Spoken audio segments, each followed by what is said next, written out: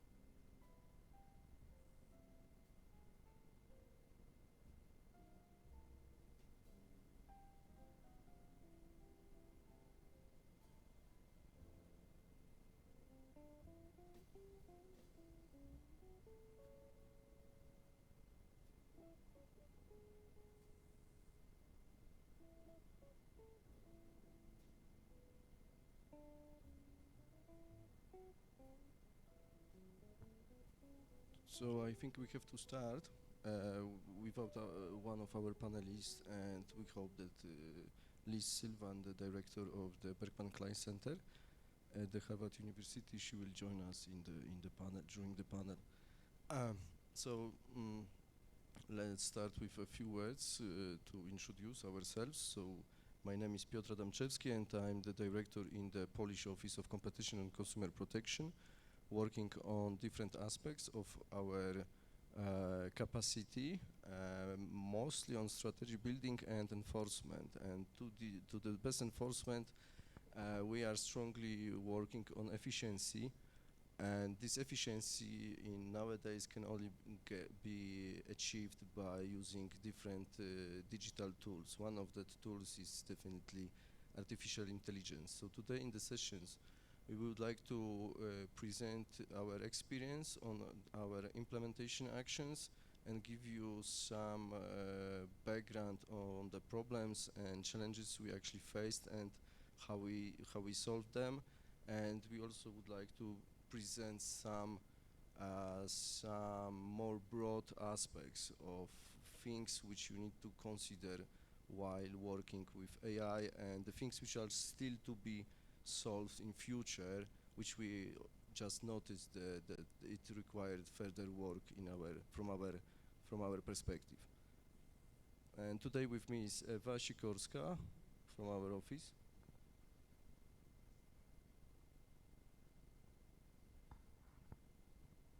Hello, my name is Ewa Sikorska.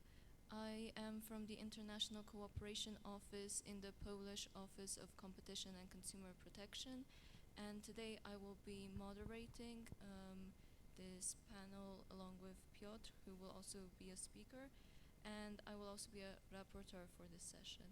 I will also be online moderating, so for those of you online, please in the chat send your questions if you have any during the panel, and I will let our panelist know and he will answer as soon as possible.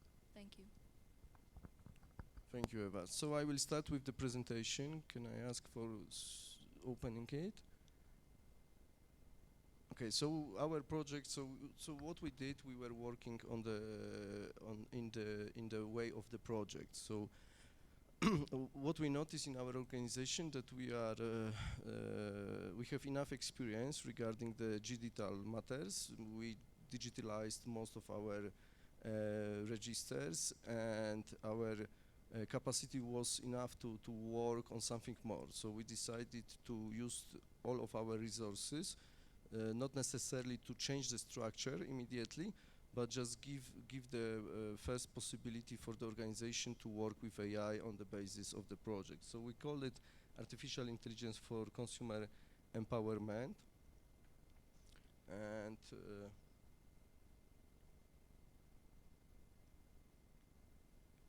so this pilot is working from here. Can I ask for the next slide, please?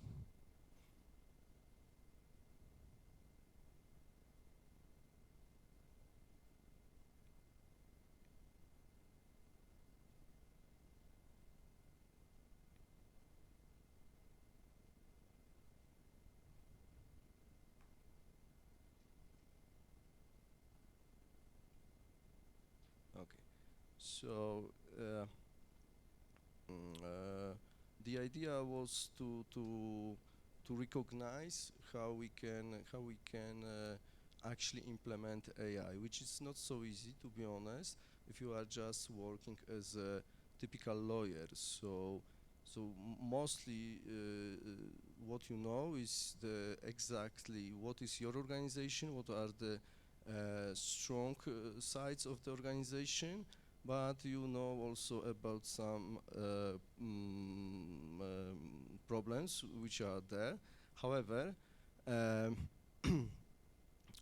in order to a proper recognition of what we can achieve, what we can do, we require a lot of consultation with the experts who already take part in the implementation of AI in the organizations, or at least they have some experience on this.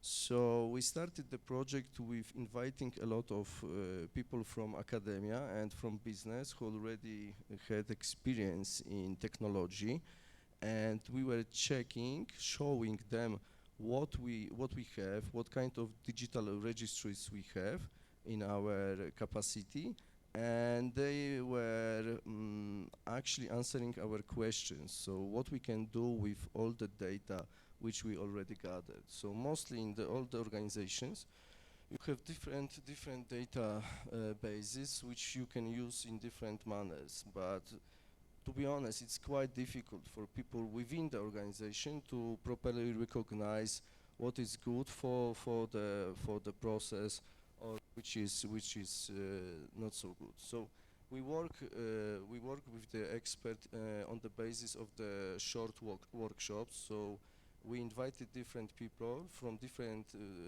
environments and combined them with our people from our organization. Firstly, we thought that maybe it could be also possible to work in the method of short hackathons, where after designing the problem, we could ask our guests for giving us some short solutions, short POCs. But it's quite challenging, to be honest. So the requirements of technology are not so easy to implement it within those short hackathons. So we concentrated on the workshops, and we produced the information, the roadmap, what actually can be done with the information, with the databases which we have in our organization. And on the basis of that workshops, we decided that we can go into 5 different directions. There were the possibility of creation of the automatic register of complaints, because we have like thousands of complaints coming each day into our organization. Then we thought about artificial intelligence using for detection of dark patterns, which is still very important subject of consumer protection. Then we thought about unfair terms of contracts, and about other possible solutions. And the decision-making process at that time was quite complicated, but for the purpose of today's meeting, I would like to focus on 3 aspects actually. Why we finally decided to go into one of that projects and not to make more than just one tool at one time. So first of all, we thought what is the most important for us at this moment. So we realized that the organization still requires some more development, and it would be better to be involved only in working on one solution, because it's a lot of work which must be done. I will explain that later how we proceed with the database, but I can assure you that it's like thousands of hours of our employees who actually were involved in the preparation of the proper database. Then we after those meetings with experts, we realized that the best database which we actually have is actually on unfair terms of contracts. And at the same time, this kind of activity of the offices of our kind is the most time consuming. To be honest, it's not so challenging for our employees, so it's much better if the artificial intelligence can make this work for us.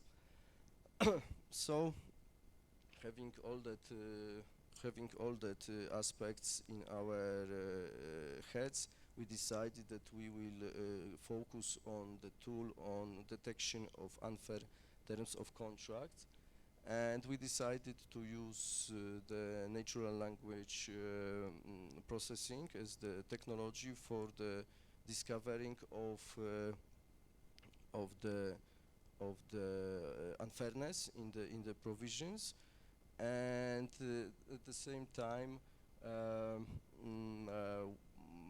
we were sure that it's already possible, because there are some technological solutions already on the market. So having that in mind, it was reasonable for us to choose this option, which in the process of implementation was actually tailor made for us, but nevertheless we were sure that it's possible to achieve the outcome of the project, namely the actually working tool. So we actually cooperated with the vendor, which was chosen by the organization. So we decided not to work exactly inside of the organization, because we didn't have enough resources regarding the data science, and with this aspect we thought it's much better to outsource that to the vendor company, which has much more experience that we actually have. And for choosing of the company, we decided to go into the contest, which means that that's quite unique tendering procedure for the choosing of the vendor company. In always in that kind of procedures, you are not deciding on the price, you are deciding on the quality of the proposed solutions. So what we had a database, and we're showing our database to the all companies on the market and ask them what would be the best possible way to choose one of you for the production of the tool. So this is quite interesting story about tendering process. So you are working with the consultation with the market and asking them what would be the most objective points for working with one of you. And with this approach, we actually gathered a lot of information, how the market is feeling about the solution, how the solutions could be assessed by the by us for giving the contract. And this is pretty interesting that the market actually decided how the contract should be awarded. And in our hands was just to prepare a special jury, which were composed of 4 people, 2 of them from our office, 2 external experts, and all of that people actually decided on POCs provided by the companies. So the companies just get the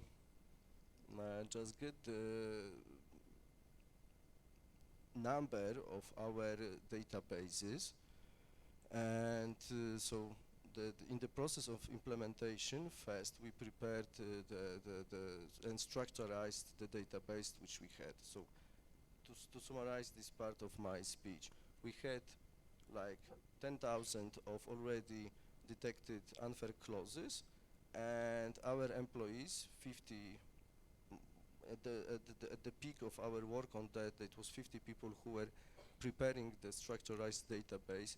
So they made this structurized data as I'm showing on the slide. So they, in each case, in each entry, they underlined which phrase of the provision is unfair, which phrase is correct, what is the sector of economy, what are the tax of this specific data. And having all of that, we actually produce around 10,000 of entries to the database. So in the context, we working on choosing the our vendor. We actually allow them access to part of this data, like 10,000 of entries, and on that basis they had 30 days to prepare a POC. So for us it was not important what kind of technology they will use, but it was important what will be the outcome of the POCs. So the jury actually assessed the accuracy of the tool. So it was quite easy to understand and to keep it in the objective manner, the whole contest. So after producing of all of the POCs, the jury assessed which one is the best, and all the other parts of the contracts were already prepared. So the the very interesting situation was that no one actually appealed from the outcome of the contest. So it was so objective, and normally in the public tendering, I'm not sure how it looks like in your countries, but in our country, in that kind of issues, mostly companies appeal against each other because they know that it's quite interesting contracts and it's worth to appeal against. Basically playing with the price. But with this kind of projects, we are not we are not engaged people to compete on the price. We are just engaged people to compete on the quality of the product, and in this aspect, it's quite fair. So, going further with the presentation of what actually was produced, I would like to also add some more information that in each data we were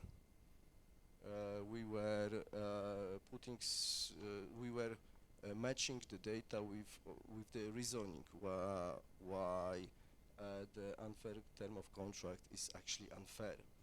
It is really good because for further actions we know why we can assess why the tool actually detect this or another clause, and what kind of justification was used for the detection. So it is quite important for giving us the better outcomes of the artificial intelligence, and at the same time better possibility for supervising of the tool in this manner that we know why actually it was chosen. So going further, it looks now this diagram actually is showing how the tool is working. So you can see that there are two different sources of getting the information for feeding the tool. So one is the old school uploading of documents, so scanning, making the OPR and preparing the readable format for the tool. And the second is the robot crawl, which actually is taking the information from the market. And then there is the assessment, where the tool is actually generating the information important for us. It's working on the statistics method. So actually, there are uh, there are those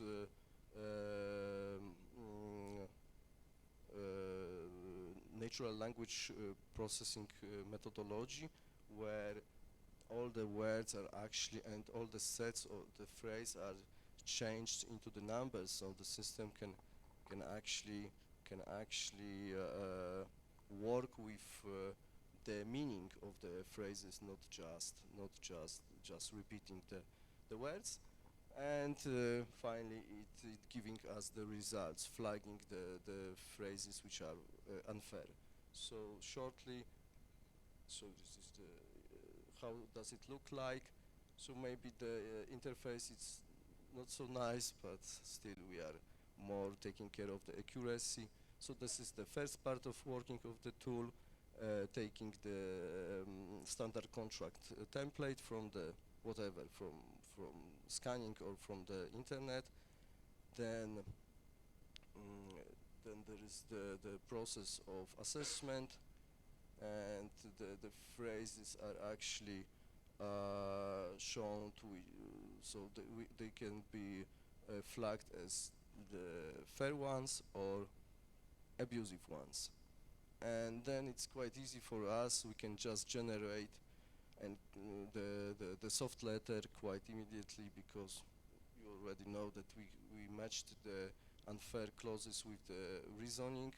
So the person who is actually working with the tool is just confirming the choosing of the tool, and after confirmation it can generate the decision of the office. So it's going so easily. Of course, there is some challenge about the supervision over the tool. So this is the most important part in our office, that still there's the human being which is actually finally deciding on the tool, and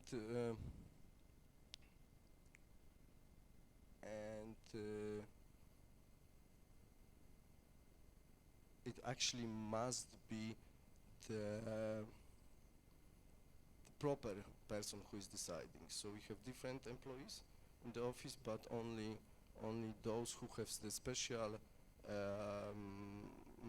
special skills, they can be the people who finally decide on and confirm the decision made by the tool, because otherwise our database would be quite mess. You know, if everyone, like 50 people working on the tool, would have this possibility to decide on the subject matters, then the database could change quite fastly into something which you cannot work anymore. So this is quite important to control over the processes, over the machine, but also over the human beings. So I will stop here and give the floor to Liz, which I guess is already with us. I am, in fact. Can you hear me okay? Yes. Fabulous. I apologize. I cannot turn my video on, but perhaps that will be able to happen later. Thank you for the very helpful description of the Arbus project. I think we can see from this project that, you know, a variety of the ethical issues that come up when one has a public deployment of a technology that includes AI. One of the things that we think about is how to have such a deployment be fair, be transparent, be responsible. You know, when we think about projects like these, we might first go to considering transparency, which is absolutely a necessary part.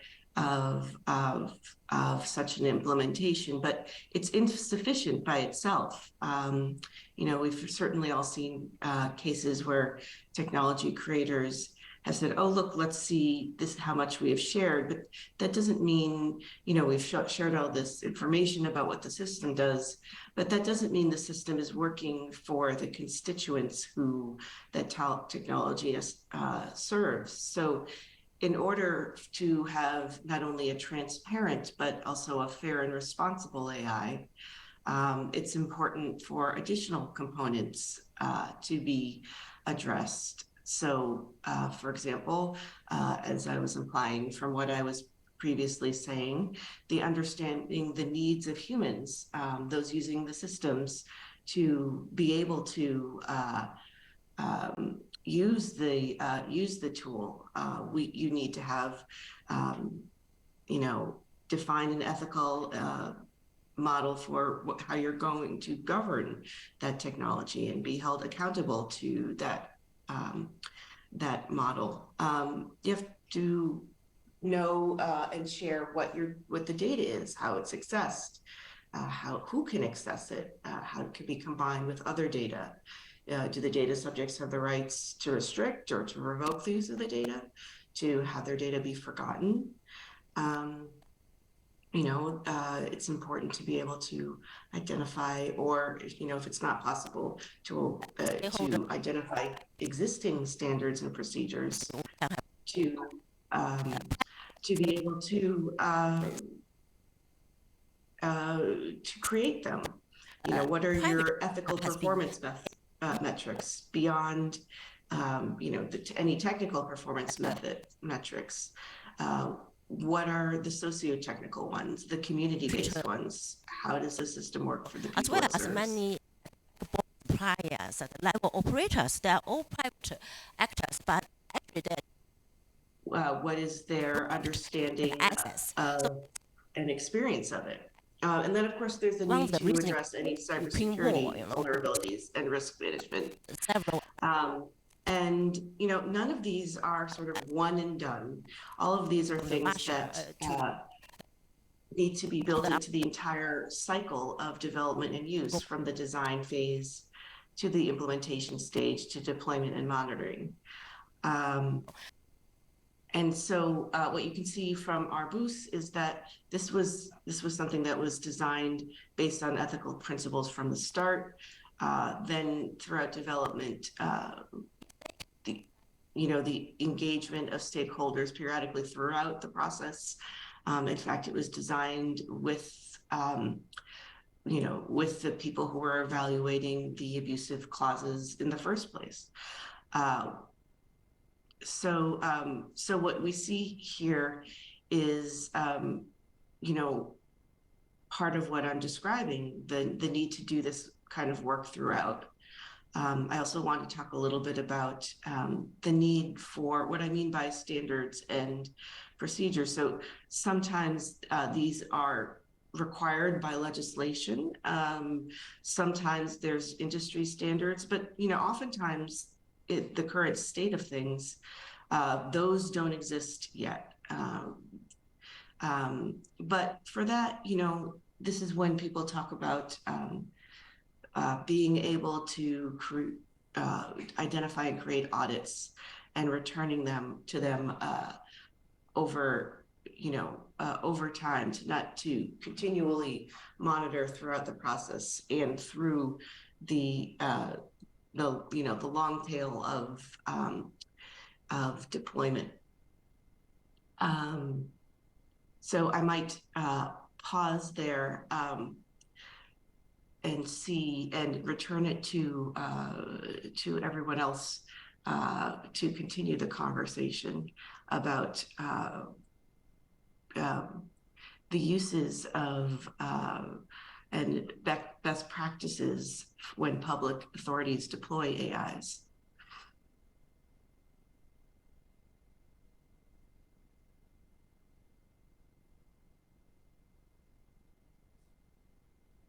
So whenever in the audience do you have any question or your experience or implementation, please let us know.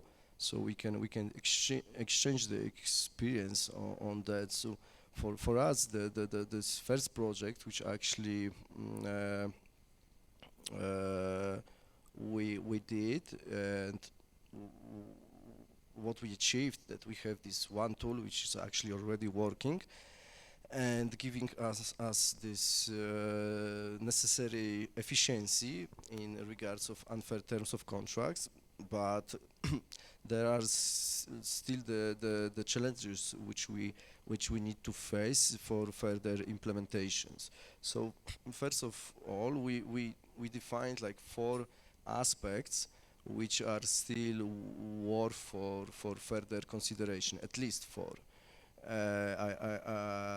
And all of them definitely require more horizontal approach than just one implementation. So first of all, for the public administration, it's quite important to have the methodology of getting the knowledge from the market. So this is what I described as the short workshops with the experts. But to be honest, when we started the project, we thought that it would be much easier. That it would be much easier to get people to know what they are doing, to actually achieve these short hackathons with preparation of POC. It's occurred to be not so easy, and this world of technology is actually mostly working for business or for public administration. It was a huge challenge to be attractive for IT people, for IT environment. We had to make a lot of effort actually to work with them. And finally, we had to be open for the whole market. When we were open for the whole market and we made this public consultation, only then we got this necessary visibility on the market. And the people in IT sector, they knew about us, they knew that it's an interesting project, and they could actually take part in the project. That's the first issue. The second issue is working with databases. So what we did is just the designing and preparation of databases. But we all know that there are some problems which are partially solved by the legislation, but still not fully. So we are looking at the different legal acts, like the Data Act, how we can share our data with the market, who is still the owner of the databases, who is the owner of the intellectual rights regarding the creation of the new tools, and how we as the public administration shall widespread the knowledge which we actually gained.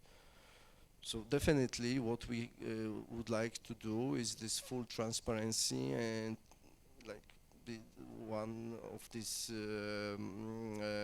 actions which we have is this panel when we are showing our work on preparation of white paper, which would be summarizing the information which we gained, but still, where are the limits? So we need to be very precisely to understand what are the limits of the public administration regarding the sharing of the intellectual property, and at the same time of their databases. Okay, we're taking into consideration different aspects like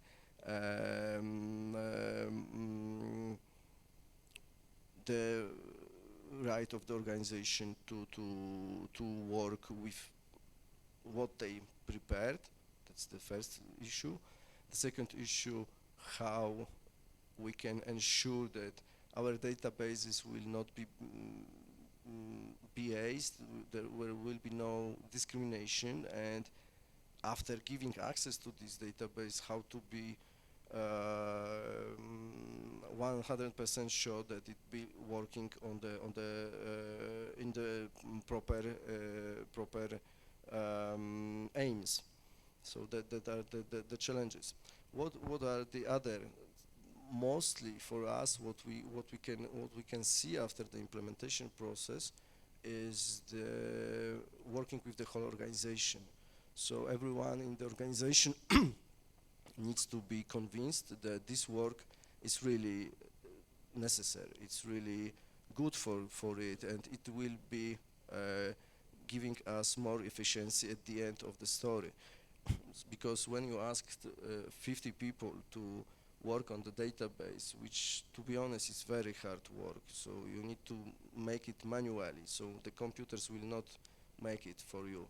If you want to have this really nice and productive database, then this the only solution is to have people who are engaged, who realize what they are doing, and they have strong support from the leadership of the organization.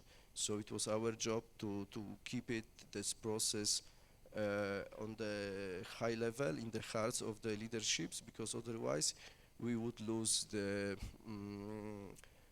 necessary involvement of our co-workers. So that was the huge challenge.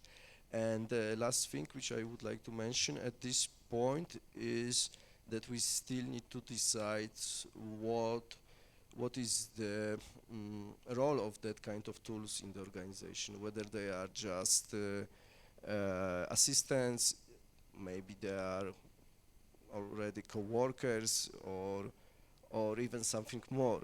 So this is the thing which requires a further consideration, but at this point I can say that definitely there is not such like artificial intelligence deciding over the decision-making process of humans. That's impossible.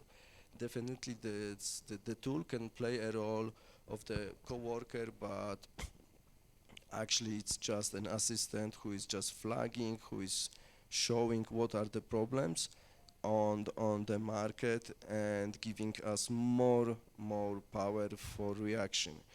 And still there's this strong discussion about the trust which we can give in the assessment of the tool. And this is actually my question to Liz, to check what is Liz, what is your opinion on how the public administration can actually rely on the results on the AI powered machines. Thank you so much. Well, I think what you see from all the description of Arbus's process is actually a nice example of how to ensure that an AI can be deployed more responsibly. So I think, as I said earlier, working through to ensure that a bunch of criteria are met in the design and development and deployment phase is really important. And I think what you see is that when you've set that up well, when you've engaged various kinds of stakeholders, as was done with Arbus, and you have identified any kind of performance metrics that again are not just technical, but have to do with how well it works for the people who are using it and for the people who are the subjects of it. Then I think you move on to thinking about how to engage stakeholders throughout the monitoring process. Here, depending on what the deployment is, and how aware the public is of it, it also becomes important not only to keep track of the things we talked about earlier, but to watch, to understand public sentiment, to be responsive to it. Here is where people may talk about stakeholder boards. And I think those are a great approach if they have a real impact on design, as opposed to being more symbolic. They're useful if they're multi-stakeholder, that they include the public audience, the key users of the system, the designers and developers. And of course, it's always important as a tool is rolled out that there's budget and resources put towards continuously tracking cybersecurity threats, because that isn't something that goes away but needs to be accounted for in perpetuity for the project. I think once you've deployed, and if you've done sort of the early steps well, you're better, you've built up that trust, and you'll have a better system. So, if a system has been rolled out in such a way that the stakeholders have been involved, they're more likely to be open to the process. Honestly, it's less likely to be expensive because, if you make errors through in the early phase, it's always more expensive to fix them later when you have to fix things retroactively. In addition, you probably have a system that works better for people that may have, be more efficient or effective, have better user experience, for example. That doesn't mean that you're all set. And sometimes there are unanticipated outcomes that you might want to, and you might want to reassess your measures. Still, this will be much easier if you have done what has been done with the Arbus system to have these be part of the design from the beginning, from the into the deployment, even the procurement piece, than if you're putting them together post hoc.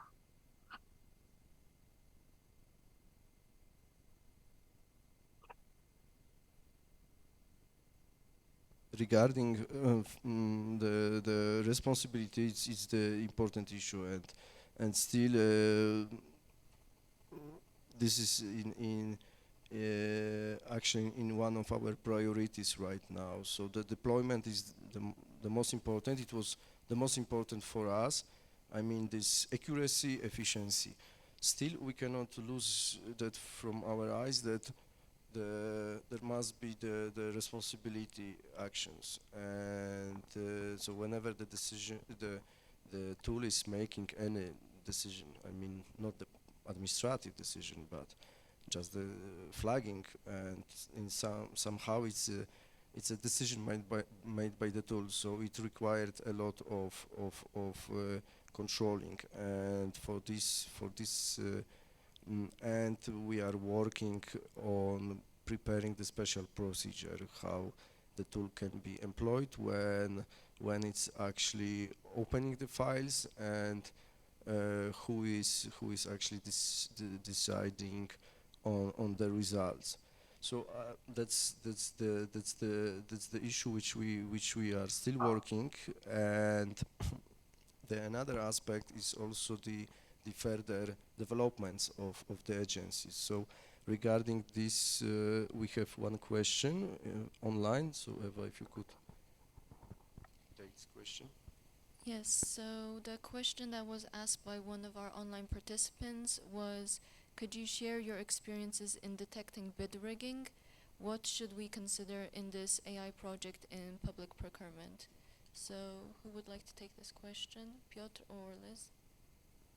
So I can start from the perspective of the enforcer. So that's true that the agencies are working on different projects. So I showed a slide where we actually defined at least 5 possible tools, and here one of them was bid rigging.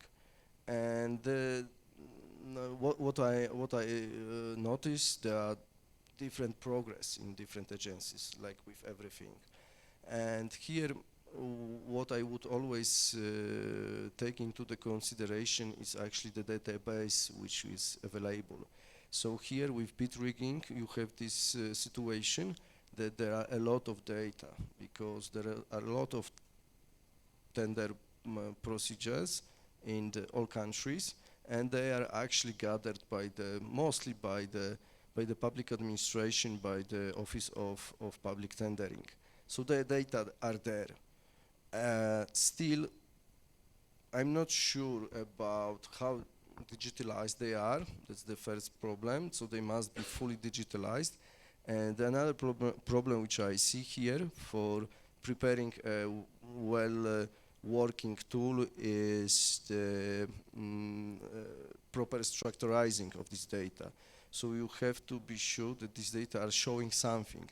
So basically they should show the market processes and flag the situations when there is the possibility of bid rigging. And there are different kind of bid riggings, so you need to structurize the typical pattern of people who are engaged and to realize what kind of data are showing these models. So it's quite difficult, I guess. It's possible, but we still are at this stage of structurizing the data in our office. But having this question in mind, I would immediately mention about our future work. So we would like to focus right now on dark patterns, and here we think this is also quite challenging, but from the consumer protection perspective is really important. So we have taken this other aspect of the importance of the actions. Yes? Okay, I will finish and go back to you. So that's the dark patterns. The importance of the dark patterns is pretty much high. Plus, actually, it's quite difficult for people to work with dark patterns. So they are not so easily to detect, and there are a lot of them. I mean, there are the surveys which actually showed that there are almost 90% of the companies working in e-commerce which have one or another dark patterns. Maybe not so bad, but still messing within the decisions of the consumers. So still there is a lot of work to do. But here we have the same challenge like with bid rigging, namely preparation of the proper database. We need to figure out what kind of data can be used for the tool. I mean, maybe the construction of the websites, maybe some specific words which are used by the companies to attract the consumers to the buying the goods and services. So here we also consider that it will take some time, 1 or 2 years, to prepare a proper database. With proper database, we are pretty sure that we can create at least a good proof of concept of the tool which we can work with that. So we have the question from this. No.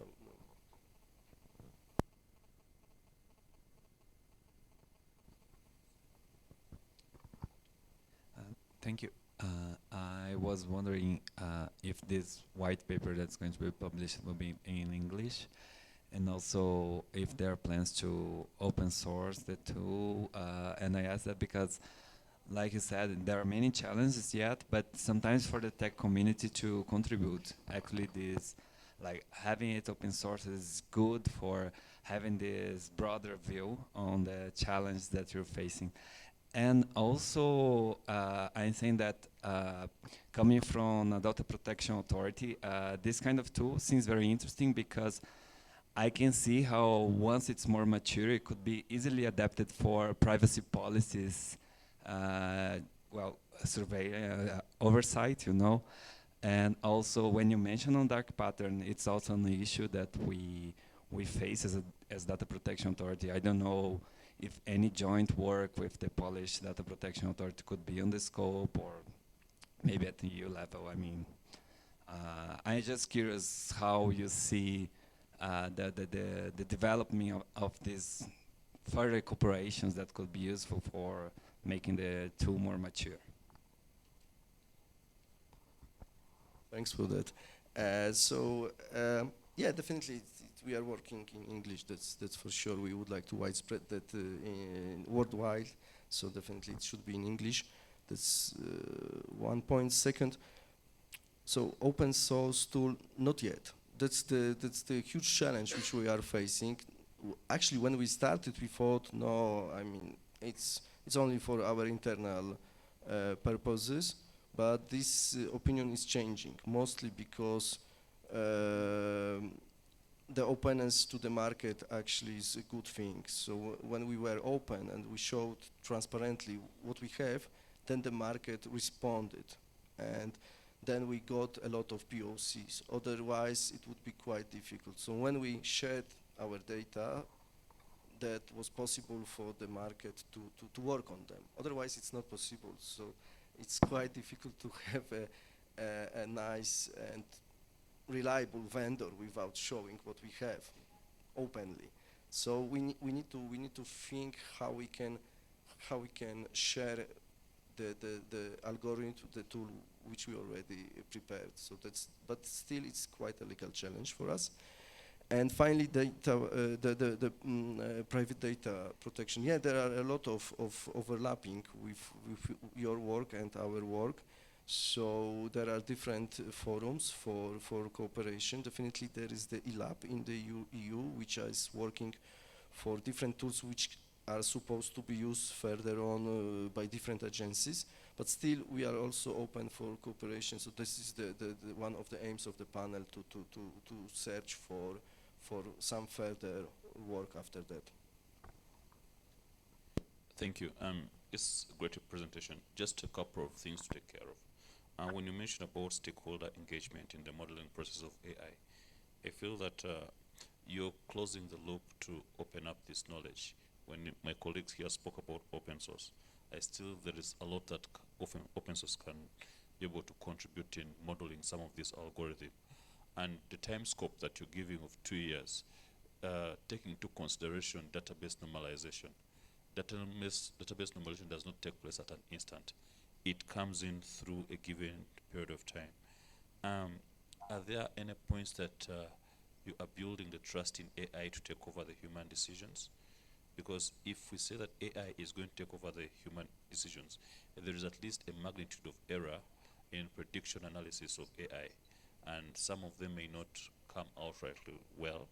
And despite the fact that the design that you are deploying has a limitation, how are you going to be able to solve some of these limitations in the development of this tool?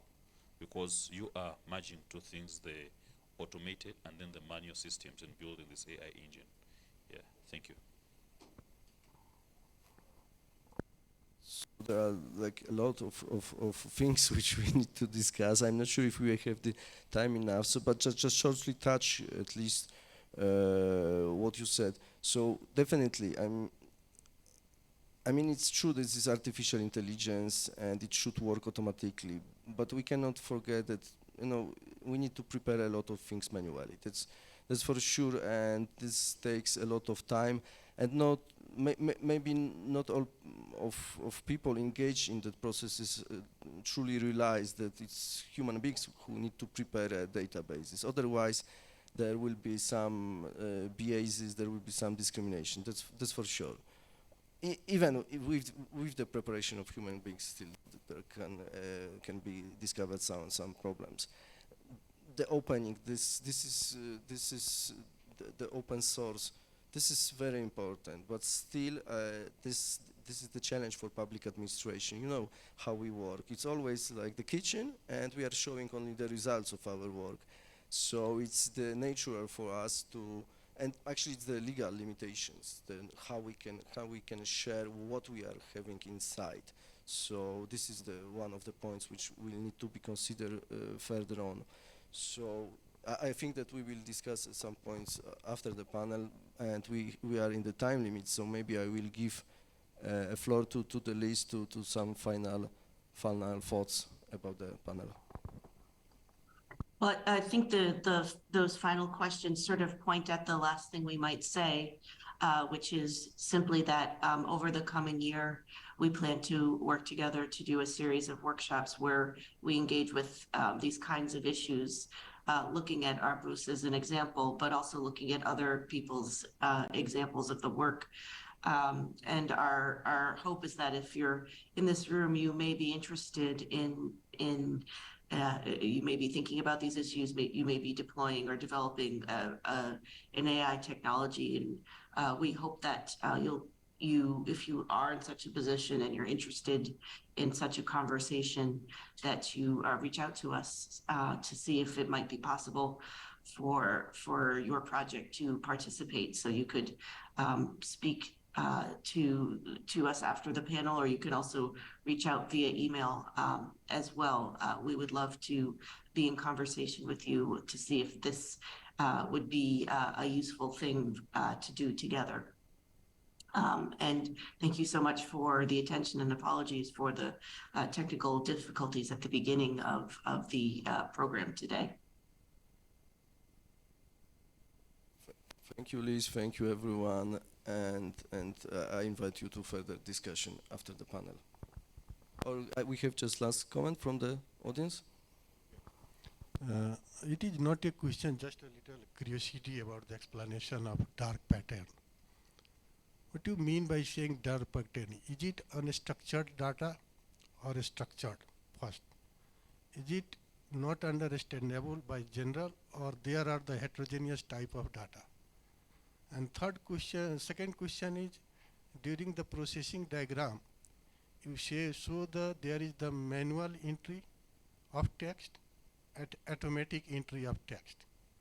What are the tools used by you in your project in order to do it automatic feeding of the data using considering machine learning? If you use some machine learning tools, it will be better if you explain about them. And third one is, once you launch that project, do you have the periodic evaluation of that project? What are the indicators are used by you in order to evaluate them? Periodic evaluation. I am not talking about the final evaluation. So thank you for the questions regarding dark patterns. But here I can only say that we just started the project, so still we need to internally decide about the data. And yeah, I think it's actually summarizing what Liz said and what we have here in the interaction with you, that the next workshops when we can meet and discuss definitely could concentrate on preparation of databases for different actions, and one of them definitely is dark pattern. So here I would like to thank you all for participation and invite you for further talks after the panel. Thank you very much.